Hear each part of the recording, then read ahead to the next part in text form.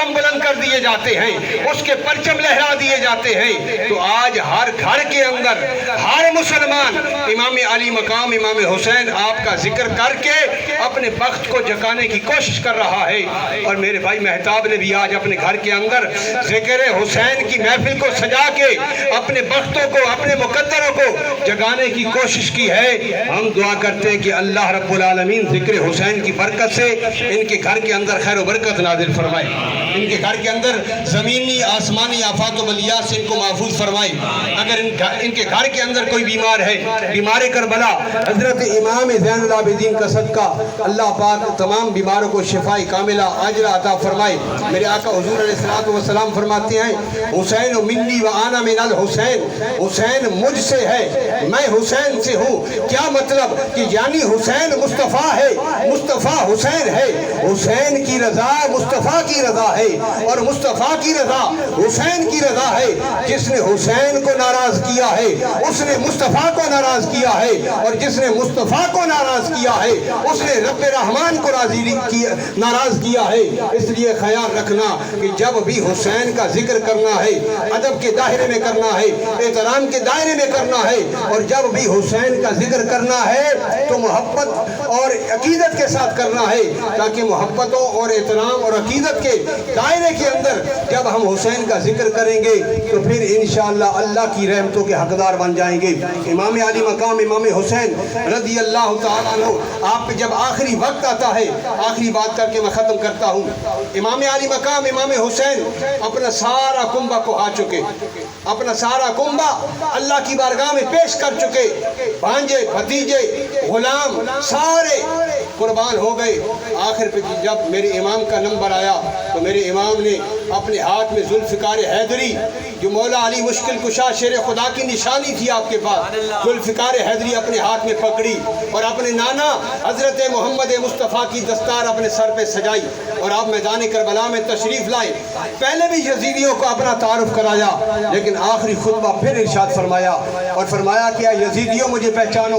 میں کون ہوں؟ میں اس محمد مصطفیٰ کا نواسہ ہوں جس کا تم کلمہ پڑھتے ہو، میں علی شیر خدا کا بیٹا ہوں جسے باب خیبر شکن جسے کہا جاتا ہے، اور میں سیدہ طیبہ طاہرہ سیدہ فاطمہ الزہرا کا لخت جگر ہوں، امام حسن مجتبیٰ کا بھائی ہوں۔ آج یہ ساری باتیں تمہارے سامنے اس لیے بیان کر رہا ہوں، میں اپنا تعارف اس لیے بیان کر رہا ہوں کہ کل قیامت کے دن تمہارے پاس کوئی بہانہ نہ ہو، تمہارے پاس کوئی ایسی بات نہ ہو کہ اللہ کی بارگاہ میں عرض کرو کہ ہم جانتے نہیں تھے، پہچانتے نہیں تھے، اس لیے مجھے جان لو، میں حسین ہوں، میرے نانا کا نام محمد مصطفیٰ ہے، میرے ابا کا نام علی المرتضیٰ ہے، میری ماں کا نام سیدہ کائنات سیدہ فاطمہ الزہرا ہے، میرے بھائی امام حسن مجتبیٰ ہے۔ اگر کوئی نہیں جانتا ہے تو جان لے۔ ادھر سے شمر کہتا ہے، ابن سعد کہتا ہے حسین اپنی تقریر ختم کرو، اپنا خطاب ختم کرو، ایک ہی بات ہے، یا تم بیعت کر لو یا پھر جنگ کرو۔ امام نے کہا کہ اگر میں نے بیعت کرنی ہوتی مدینہ نہ چھوڑتا، میں نے بیعت کرنی ہوتی تو مدینہ نہ چھوڑتا، اپنی اماں کی قبر انور کو نہ چھوڑتا، میں مکہ کو نہ چھوڑتا، اور کربلا کے میدان میں اپنے چھوٹے چھوٹے بچوں کو، اپنی ان پردہ دار خواتین کو لے کے یہاں کربلا کے میدان میں اپنے خیمے نہ لگاتا۔ اگر میں نے بیعت کرنی ہوتی یہ ساری تکلیفیں نہ برداشت کرتا۔ وہ یزید فاسق ہے، فاجر ہے، ملعون ہے، وہ تو دین کا باغی ہے، میں اس کے ہاتھ میں ہاتھ کیسے دے سکتا ہوں؟ یہ ہاتھ محمد مصطفیٰ کے ہاتھ میں آئے ہیں، یہ ماتھا میرے اللہ کے آگے جھکتا ہے، کسی غدار کے آگے نہیں جھک سکتا ہے، اس لیے یہ سر کٹ سکتا ہے لیکن یزید کے آگے جھک نہیں سکتا ہے۔ یہ ہاتھ کٹ سکتے ہیں لیکن یزید کے ہاتھ میں نہیں جا سکتے ہیں۔ اس لیے اگر تم مجھے نہیں پہچانتے ہو تو پھر میں حسین آخری اپنی جنگ بھی لڑنے کے لیے تیار ہوں۔ میرے امام نے ان یزیدیوں کے سامنے اپنی تلوار کی جوہر دکھائی، ذوالفقار حیدری چلائی اور گاجر اور مولی کی طرح